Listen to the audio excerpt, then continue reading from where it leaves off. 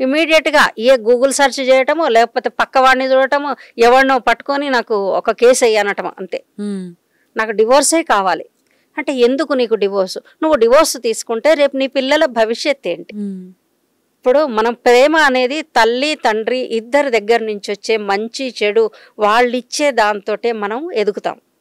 ఇప్పుడు మనం కూడా అట్లే ఎదిగాం, మన పేరెంట్స్ని చూసే ఎదిగాం. మనం మంచి చెడు నేర్చుకున్నాం, కొంత సమాజాన్ని చూసి నేర్చుకున్నాం, కొంత మన పక్క ఉన్నవాడిని చూసి నేర్చుకున్నాం. మనం అలాంటి అవకాశం మీరు ఇవ్వకుండా సింగిల్ పేరెంట్గా చేస్తే రేపు వాడు స్కూల్లో ప్రతి మీటింగు దేనికి ఎక్కడికి వెళ్ళాలన్నా సింగిల్ పేరెంట్గా వెళ్తే పిల్లల మీద చాలా ప్రభావం పడుతుంది.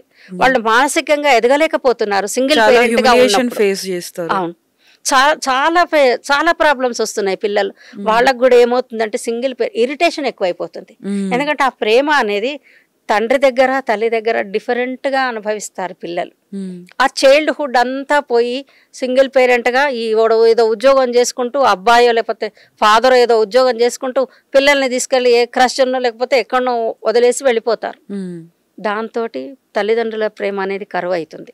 కరువయ్యి వాళ్ళు ఏ నిర్ణయాలు తీసుకోలేక డ్రగ్స్కు బానిసలు కావటము, క్రైములు చేయటము, వాళ్ళు ఉండే పరిస్థితులు ఎంత దయనీయంగా ఉన్నాయంటే చెప్పలేను పిల్లల విషయాలలో.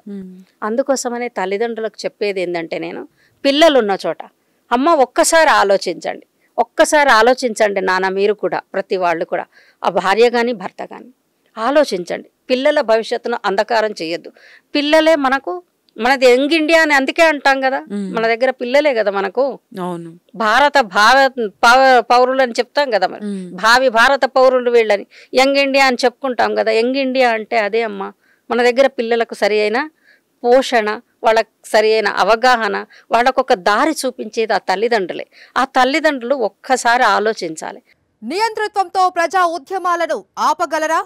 బెదిరింపులతో ప్రజా గొంతుకును నొక్కగలరా?